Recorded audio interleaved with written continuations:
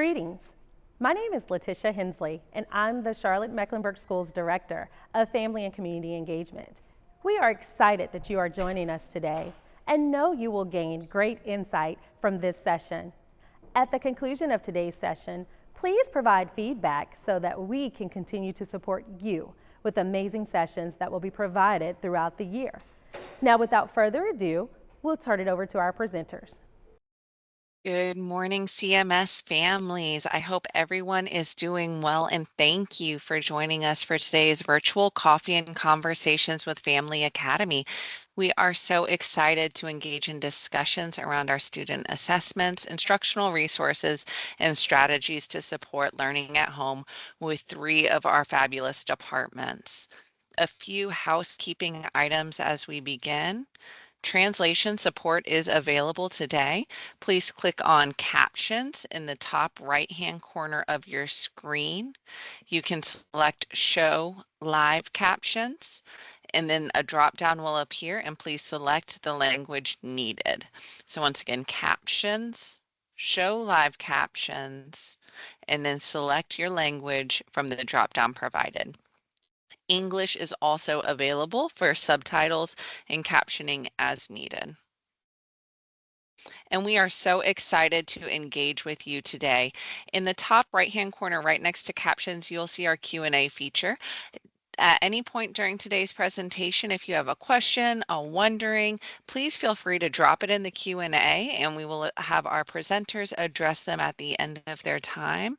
And we're excited to hear what's working for you, what's not. Please react and engage with us using the emojis under the React button next to the Q&A feature. And lastly, we value your feedback and we want to hear from you. So at the end of today's presentation, please complete the Family Academy feedback form. All submissions will be entered into a raffle that will be announced on April 25th for a $100 Visa gift card. So please share your feedback. Let us know what is working for you. There's additional topics that you are hoping to learn more about, or any other needs that we can support you with. And we hope that you're our lucky winner for the month of April. And at this time, I'm going to turn it over to our Learning and Teaching Elementary Academics team. Thank you so much, Molly. Hello, families. Thank you all so much for joining us. This is Kendra Alston, and I am here with my trusted colleague, Sarah Hessen, and we are here for two very important reasons. Well, actually three, because we want to be here to spend time with you today. But what I want to look at first is the agenda. And our goal here is to basically share the resources that you will have and that we have created for you all to support your children at home and to give you summer resources, again, for you all to be able to support your children at home. I want to begin first with our kinders. It is that time of year where we are preparing to send our kinders to school. This is so exciting. I can remember when my son was going to kindergarten and the anxiety that I felt. So I do understand families who are preparing to send their children to kindergarten, the anxiety that comes with that sometimes on both ends. But rest assured, we have it covered, because every spring, CMS elementary schools plan events to help transition your children who will attend kindergarten next year. These transitions are made a lot smoother because we have several resources in place, and those resources are translated into the top 10 languages. The first resource is the schedule. That schedule is put out, in fact, a couple of weeks ago, that the schedule was placed, I want to say, that showed the dates of every school that would have their beginners day. And I was fortunate enough to attend one of the beginners day at Newell Elementary School on last week. And it was just an opportunity for the kindergartners to see the classroom, see the school, meet some of the important people. So that schedule is important for when those students are invited to the school that they will be attending in the fall. Then you have a checklist, which is a kindergarten checklist that actually gives you um, support ways to support your child at home to get them ready. There's an activity book that focuses on the academic portion of what students will be expected to know and be able to do in kindergarten and give them that practice so you don't have to go out and buy things. We have it right there for you. And then of course it's the kindergarten handbook for parents. So those resources are in place. Also, we have a QR code there. It's a Transition to Kindergarten CMS webpage that's available that has all of these things housed there for you. Such an exciting time. Thank you for showing that. I'm going to turn it over to Sarah. All right. Good morning, CMS families. I'm excited to get to be here with you this morning, and I'm going to be reviewing some Dibbles extra practice that we went over in our last session together. Our other amazing teammate, Amanda Smith, was the one that took you through these additional resources. So these are to support Dibbles, and we do have our end of year Dibbles window coming up soon. We are a couple days out, or actually a few weeks out from that end of year window. And we have a couple of additional resources that are used inside of the classroom, but also can be sent home for families to use at home to provide some additional support to target specific subtests. Last time we were together, we talked about a few of those different subtests, and we were able to pull out nonsense word fluencies and also oral reading fluency. So with nonsense word fluency, that's all about sounding out our words and blending those together to make sense of the word. And then oral reading fluency is just working on kind of the speed of reading. So that can be at the word level, but also at the passage level. And there are 3 different resources to support these different subtests. You can see the example of the decodable readers. This is something that students use inside of their classroom every single cycle that they're introduced to a new spelling pattern. And this is something that you can reach out to the teacher for to get the additional practice decodable sent home that you could practice with your child at home as well. The second resource you see on the screen are the phonics speed drills. Students are often using these. This will support oral reading fluency as well as nonsense word fluency, but students are using these typically during small group instruction time. But this is another resource that you can get sent home to practice with your student, and it is based on their cycle that they're working in. So whatever spelling pattern that those students are working with or may need some additional practice or support, teachers can send those home to you. And then the last resource are some fluency passages. These are aligned to the topic that students have been learning about all throughout their module lesson. So for kindergarten example, they have been learning about their first module was toys and play. So that would be aligned to their module content that they've been working on. So again, make sure to reach out to your teacher, to your child's teacher, to get some of these resources sent home to do some additional practice with these different subtests to support Dibbles instruction. And with that, I will pass it back to Kendra. Thank you so much, Sarah. So lots of resources in the K2 world, and I want to move to the standards aligned resources in 3.5. Available May 1st, you will have access to our Learning at Home standards resources. And these will be guides, easy to use guides that will help you support your children learning in ELA, math, and science by providing easy to use resources. That's always key, right? Easy to use. We don't want anything that's cumbersome and overwhelming. But easy to use resources align with the North Carolina state standards. So I want to just talk about how this resource will be organized and structured. The first thing to know is that these resources are aligned again with the standards. The first, if you look at the very first box here, is what students will learn. So that is the simple explanation of the standard. And then in the next section is how you can help. So these will be like easy activities that you can do at home to reinforce learning. And then you see the purple question mark. Those are example questions that you can ask your children for practice. And then we have, you're going to love this, the practice resources. They are links to videos and activities that actually support their iReady. Also, the Khan Academy lesson links are there. And again, those lessons are often, they often include videos. So students can actually see some of those activities and practices in action. And that is the same layout for both math and ELA and science. So you don't have to figure out, okay, what am I doing in the science now? What do they do? It's the same exact structure for both, for all three, math, ELA, and science. So look forward to that resource.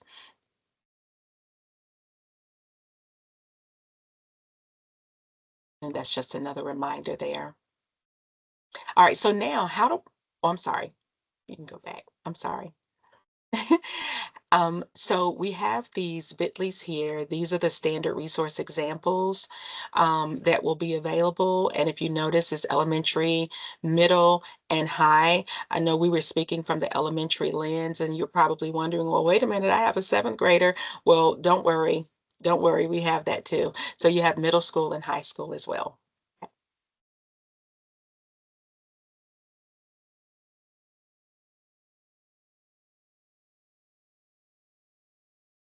Then we have the summer learning resources. The elementary summer packets include 20 days of literacy, math, science, and social studies activities. Remember, social studies is what? A nonfiction ELA class, right? So social studies activities are there to help, all of them are there to help prepare the students for the upcoming school year. For example, the kindergarten students will engage in activities aligned to first grade concepts or skills. Okay, so we are preparing them for what's next. And more than anything, this is important because oftentimes in the summer we always get that time where the students are, we're looking for something for the students to do, but we don't want it to just be busy work, right? We want it to be something that is productive and effective for this, helping them for the next school year. And so you don't have to go out anywhere else to find that. We have it right here for your students, for your children.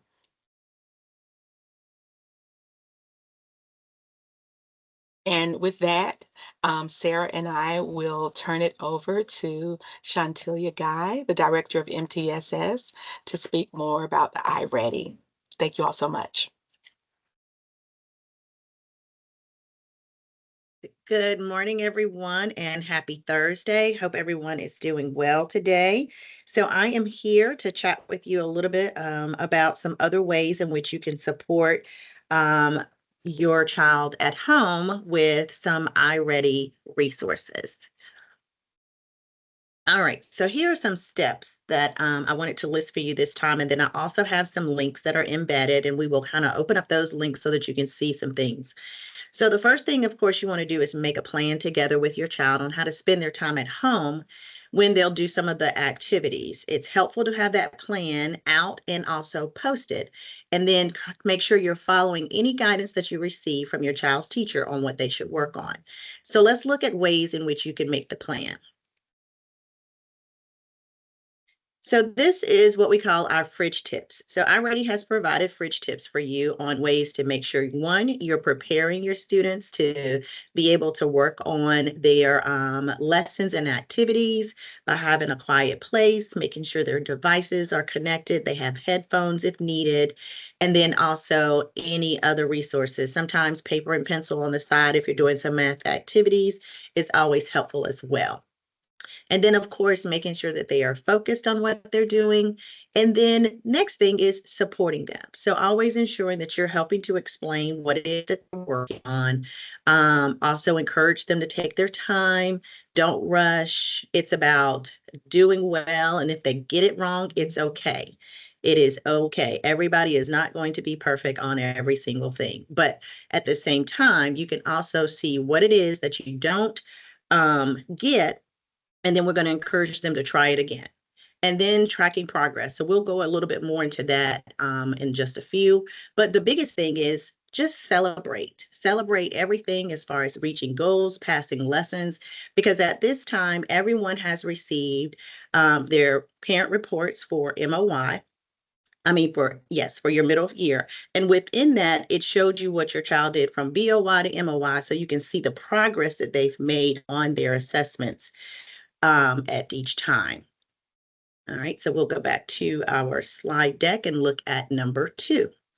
So number 2 says, of course, share the experience with your child and become familiar with the different parts of the dashboard. And so in my previous sessions and things, we've always ensured that you know how to look to see what your students are doing, and you have access to their dashboard only. So you're checking for their progress. So you can always look at the very bottom to see my progress. So that way you can see how well they're doing and what support is needed from there. Number 3, you want to encourage your child to take the lessons and quizzes seriously, because it's about thinking before you click. So that's important because we want to make sure that we are choosing the best answer, but we also have made reasonable decisions on which one makes sense and which does not, but we also have worked it out so that it makes sense as well. Remind them, of course, to read the passages to its entirety, use your paper and pencil to solve math problems, use the tools that appear at the bottom of the screen in some of the lessons. So depending on what type of lesson they're doing, iReady includes tools, and it'll also make sure that they know how to use those tools as they're working. Okay. Number 4, track and discuss progress. So, of course, our guidance has been since the beginning of the year is for us to at least get a minimum of 30 minutes per week in each of the areas of reading and math. Of course, this guidance here is what iReady has provided. And then, of course, the biggest thing, everyone needs to pass at least 70% of the lessons. And so you want to continue to ask your child, how's it iReady going? What are you working on? What are you learning about? So that you are in the loop of what's happening. What is their goal? Are they on track to meet it? And tell them and ask them, what are you proud of as far as the work that you've done? So talking to your students so that we can see, what are they excited about? And what did you learn in your lessons too? So ask them about some of the things that they're doing. Some of the reading passages that they have are very good informational things. So what are they learning about it? What do they enjoy? And what do they find challenging? So the next thing we want to look at where it says track and discuss progress. So this is something that you can do at home where you can have these data chats. And luckily we have it in various languages for you as well. So that helps you as you're supporting your child at home. So when we look at these data chats, of course, you want to see what your students are doing. So you have your MOY reports and you see the example there of the family reports that you have. And that way, as we discussed, you can see what the students have done as far as their results and also their growth. And then you're using that to have your data chats with them and also working to set some goals. So now that we're here from BOY to MOY, how well do you want to do? Because EOY is coming up very soon. How much do you want to grow? So have conversations with them about those data chats.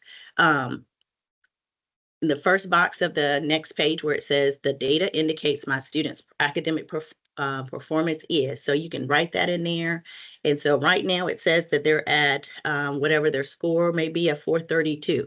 So what do you want to do in things like that? So what do you want to celebrate with them so that we can ensure that we improve in those areas? Remember, you have those domains that tell you if they're on grade level, above grade level, or if they're still below grade level. So maybe those are the areas that you want to improve on. So that could be where we say, hey, we're going to make sure in this domain that we increase in that area. At home, I can do the following to support my students' learning. And then so you have that information there to kind of help you with those chats as you're looking at your students' data. Then the next link that was inside of and that's different languages for you. So then it says, use these fun trackers to discuss that progress. So as you look at these, this gives you an idea of different ways in which you can help your child to track progress at home. Now, anyway, whichever one you think is fun for you all is what you do. So maybe you just say that we're just going to have ours as a data tracker in itself. You may want to create a folder for it, or you want to display it at home. Maybe it's displaying it in whatever their quiet space that they're working so that they can see, hey, I did good on this lesson. My next lesson, I want to see if I can get this score. So that way it's an opportunity for you both to be looking at how well they're doing and celebrate their success. This also encourages motivation, and also it helps to foster student commitment to achieving their goals. So we want them to always achieve whatever goals, and then it increases their efforts and their progress as well. So if they see them and you all helping to celebrate their success at home, and then it also helps to carry over to what they do in the classroom, and especially when we get to taking that end of year assessment. So you'll see that the trackers actually have some information down to the lessons and the personalized instructional progress. And then there's various languages for you in that as well. Right.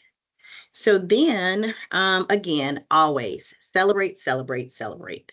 Celebrating milestones such as passing lessons on reaching specific goals can continue to keep them motivated, and then share the celebrations with the rest of the family and try to do fun activities to help reward your students and their progress. So again, thank you all. And if you have any questions, you can always continue to reach out to our team. We will be happy to support. And now I will pass it over to Melissa and our city team. Good morning, everyone. Greetings from the city team. City stands for School Improvement and Data Integration Team. As a team, our job is to help all stakeholders, whether they be students, school, building staff, or parents, understand what data you have access to and to kind of understand how to read it and make sense of it. So to that end, today we're going to dig into two types of data that you will get at the end of the year. The first being EOG and EOC data, and the second being DIBELS. We'll start our time together with the EOGs and EOCs. EOG stands for end of grade tests. Those are tests taken by students in grades 3-8 for math, 3-8 for reading, and in science in grades 5 and 8. Our EOCs, which stand for end of course, they're in that box out there to the right. They are your EOC English 2, and 2 math tests, Math 1 and Math 3, and there is biology. The purpose for both EOGs and EOCs are 3-part. 1, to ensure that our students possess the minimum skills and knowledge necessary to function as members of society. The second is to identify strengths and weaknesses at the school level and the educational level, so as a district, in which we want to improve instructional delivery. And the last is for accountability purposes, so that we are held accountable for all of our stakeholders and community and for you all.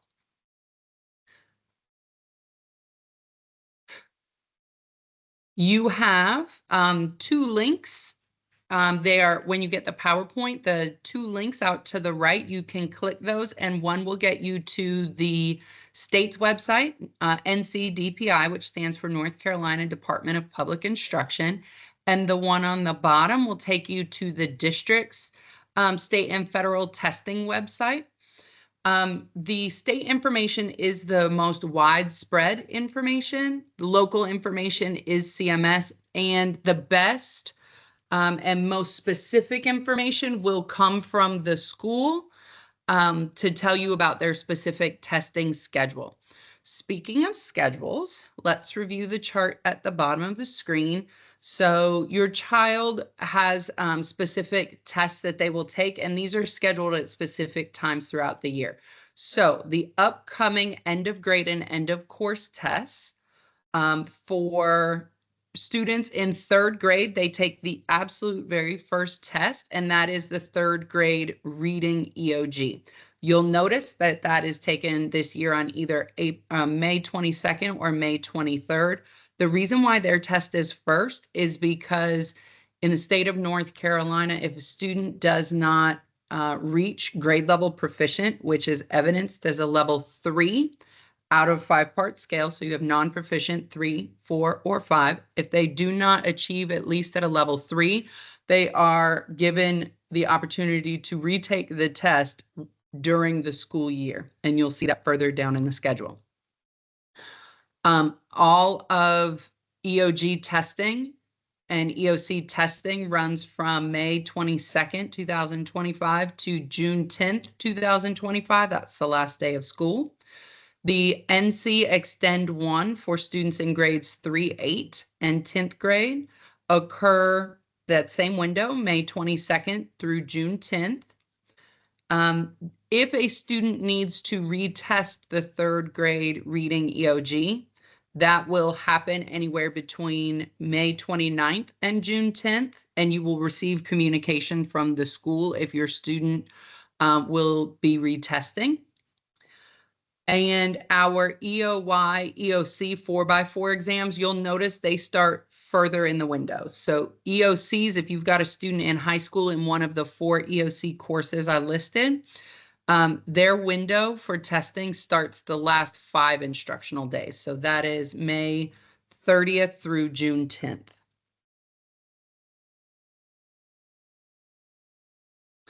All right. When it comes to EOGs and EOCs, you have access to the individual student reports. These are oftentimes called ISR, and that term ISR spans a couple different data platforms. So we refer to ISRs in EOGs and EOCs as well as in our MVPAs. What this is an individual student report for you to see how your student did on the EOG and EOC. These are not created by the school or the district. These are created by the state or that North Carolina Department of Public Education. They do provide you with how your student performed on that end of grade or end of course test. And you can access these in PowerSchool via the parent portal. It does take a few days after testing for you to be able to access them in parent portal. We have a little note down at the bottom that says to please ensure you're accessing via the web browser, not the app. For some reason, they're available in the web browser version of parent portal, but not the app. When you pull it up, and I'll show you a screen in a few minutes that shows you how you can access this in parent portal. But when you get to the individual student reports, you'll notice in this case, we have a 7th grader. They have 2 reports, one for math and one for reading. When you open the report, you have a couple features, and we want to talk about each of these in specific so you know what they mean when you see it for your student. The first that we'll start with is that the achievement level on the left, that's the most wide spanned piece of data in this. And you'll notice it spans a level not proficient, a 3, a 4, or a 5. Beneath that, my little purple box gives you a description of that achievement level.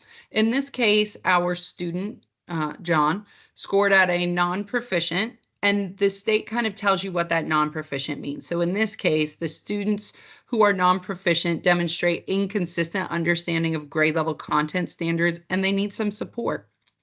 Next to that, you see a percentile rank, and it says that your student score is higher than 89% of North Carolina students who took the end of grade 3 test in this given year.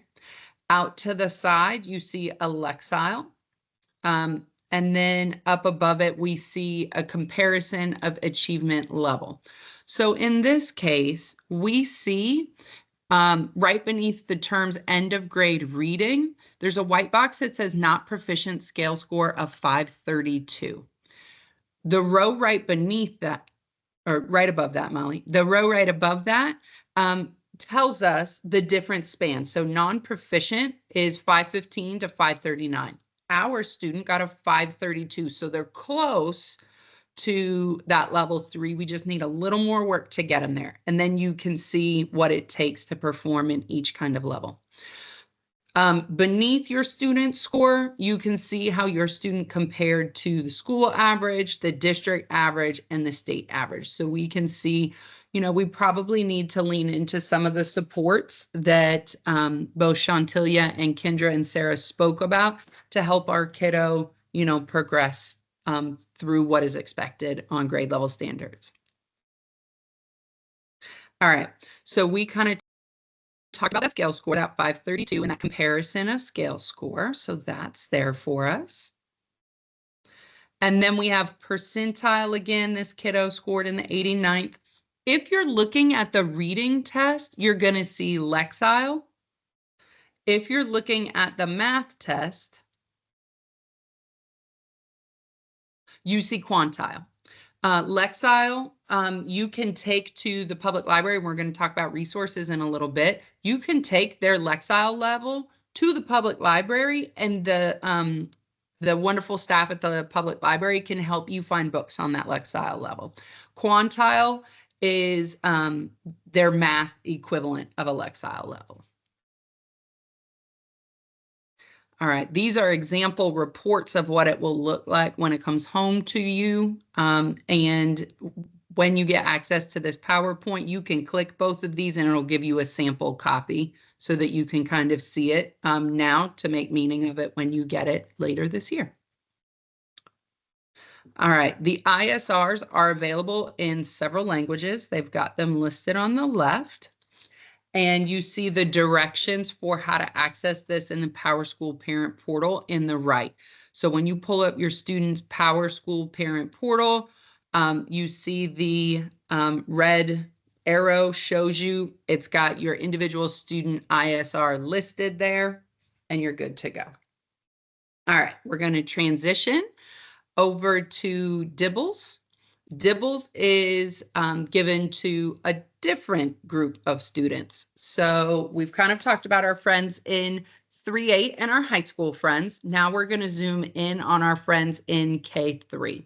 So our friends in K3 take the DIBELS assessment, and DIBELS stands for Dynamic Indicators of Basic Early Literacy Skills. This assessment is really kind of looking at how well students are building their foundational literacy skills, and I'll talk about which skills in specific in just a minute. They take this assessment 3 times a year. So they take it in the beginning of the year, September 3rd through the 23rd. They take it in the middle of the year, January 9th to the 31st.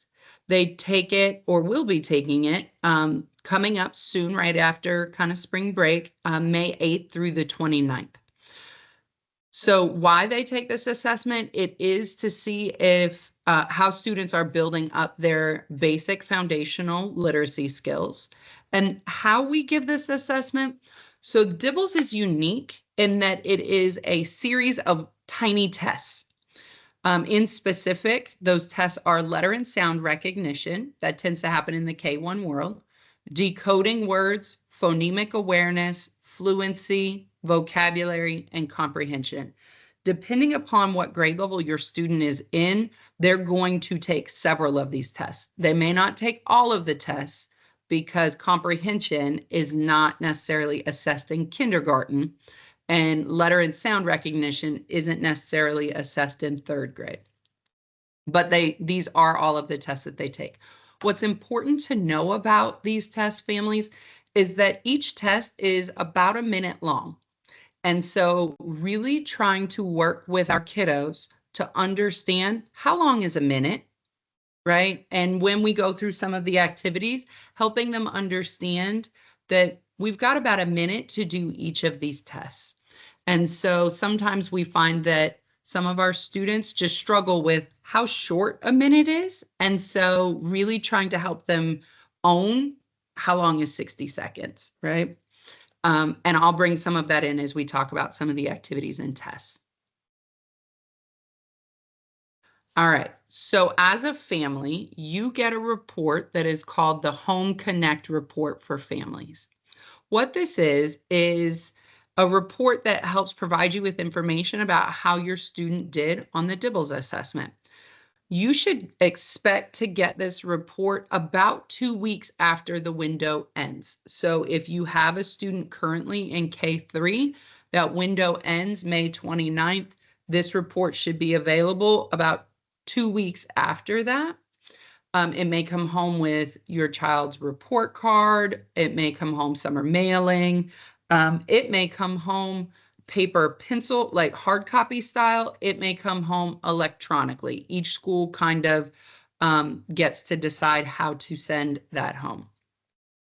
The languages that this is reported in is in both English and Spanish.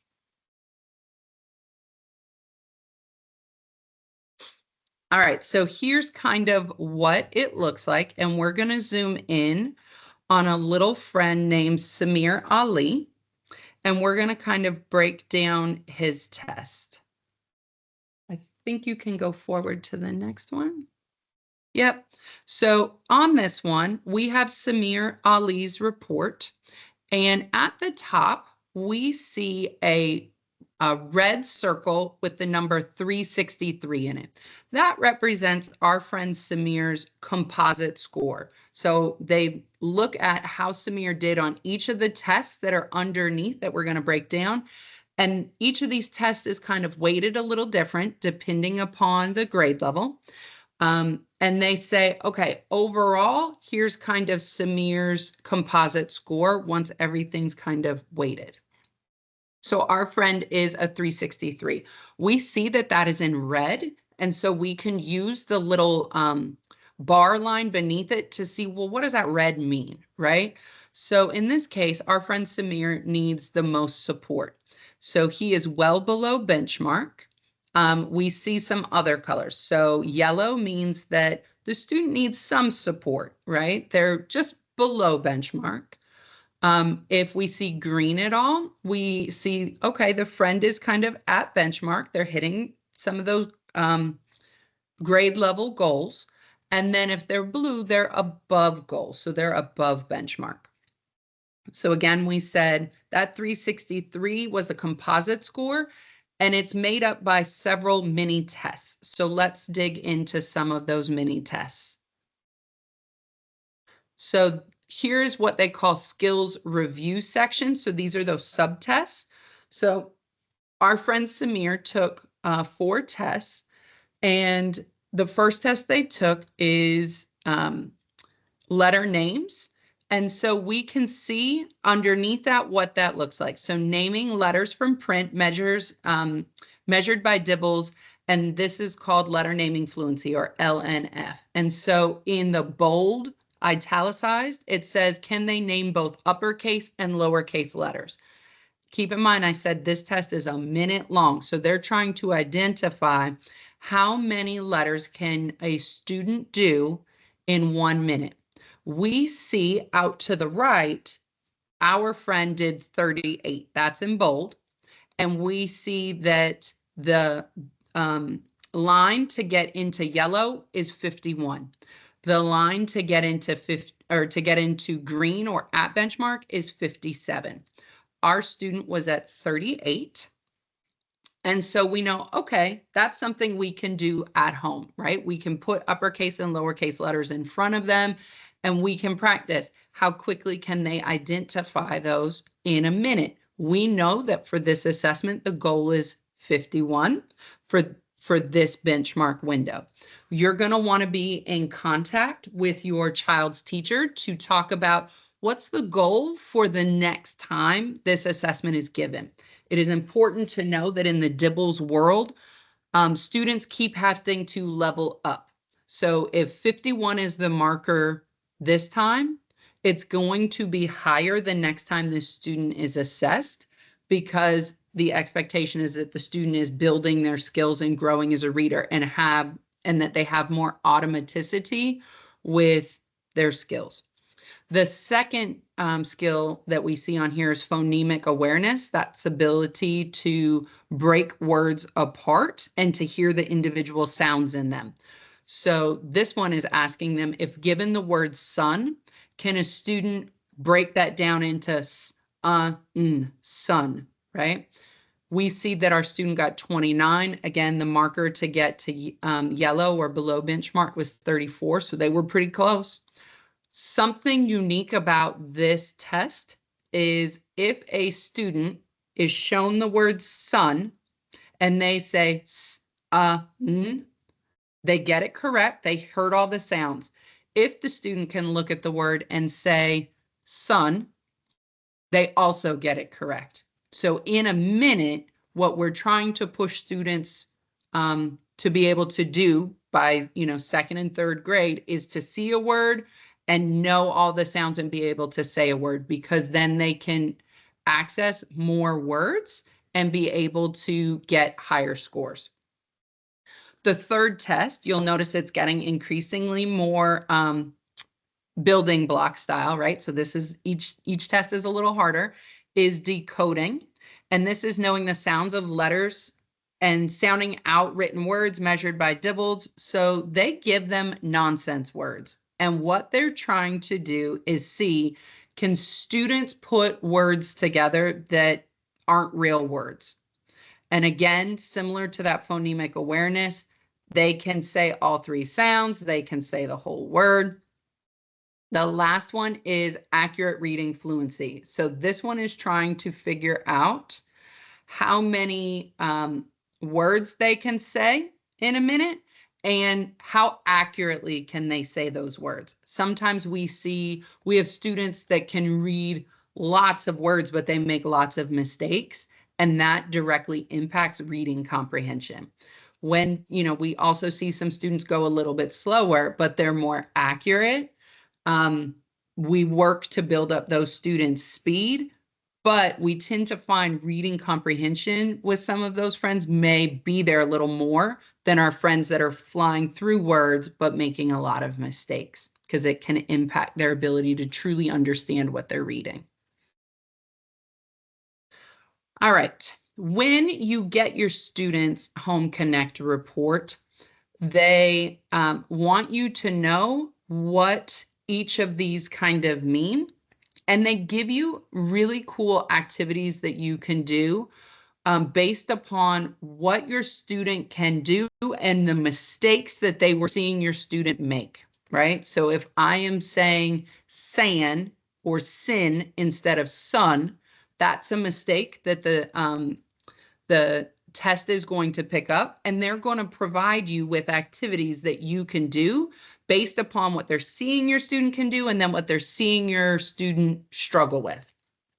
In this case, they came with 3 activities. So count the sounds, being able to identify, does a word have 3 sounds? Does a word have 2 sounds? That helps students with some of that phonemic awareness. Breaking words apart, shopping for sounds. These are all activities that they want to make sure that you as a family can do. When Dibbles put these activities together, they are built specifically for families to use at home. They are driven for you, not necessarily activities that a teacher would do, but ones that you can do as a family. All right, so now that we've talked about EOGs and EOCs and Dibbles, what does this mean for us kind of moving forward? So once we get that information and data, we want to be able to find engaging resources based on students' lexile level for summer reading. We always recommend family trip to the library to be able to access those books. And again, you can take that into the library and say, here's my child's lexile. Can you help me find some books? As a library, they're going to ask, what are your interests? And then, you can go explore the library.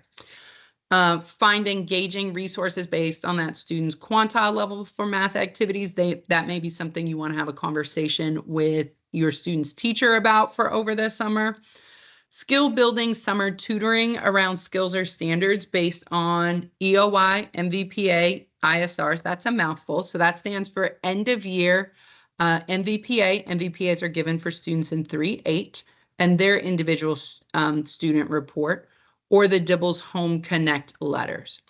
Students should have access. I know it says May. We've got that updated to students should have access to iReady pathways in our elementary schools. Our middle school and high school, not yet, but in elementary school they will. And then any summer programming through CMS. And of course, if your student is eligible for retesting or Read to Achieve. That is everything that we kind of had for you from the city team. We thank you for engaging with us. It was wonderful to be able to share with so many families today, resources at your fingertips. Thank you all. Families, thank you so much for engaging with us today. We were so excited to have 3 amazing teams sharing awesome resources to support learning at home, actionable items that can be carried out starting today and support your student towards a strong end of year and finishing as we approach our end of year assessment windows. A special thank you to Kendra and Sarah from Elementary Learning and Teaching, from Shantilia from the MTSS department, and Melissa from our Student Information and Data team. We hope that this session benefited you as families, and we want to hear from you. Please share your feedback with us so that we can continue to adjust and provide sessions to meet your needs and support you as you navigate CMS and learning at home. All entries will be entered into our April raffle and announced on Friday, April 25th. We hope everyone has a terrific Thursday. If you're able to join us for our Lunch and Learn, we would love to see you there. And we look forward to seeing you in May for our final coffee and conversations of the year. I hope that everyone has a great day. Thank you.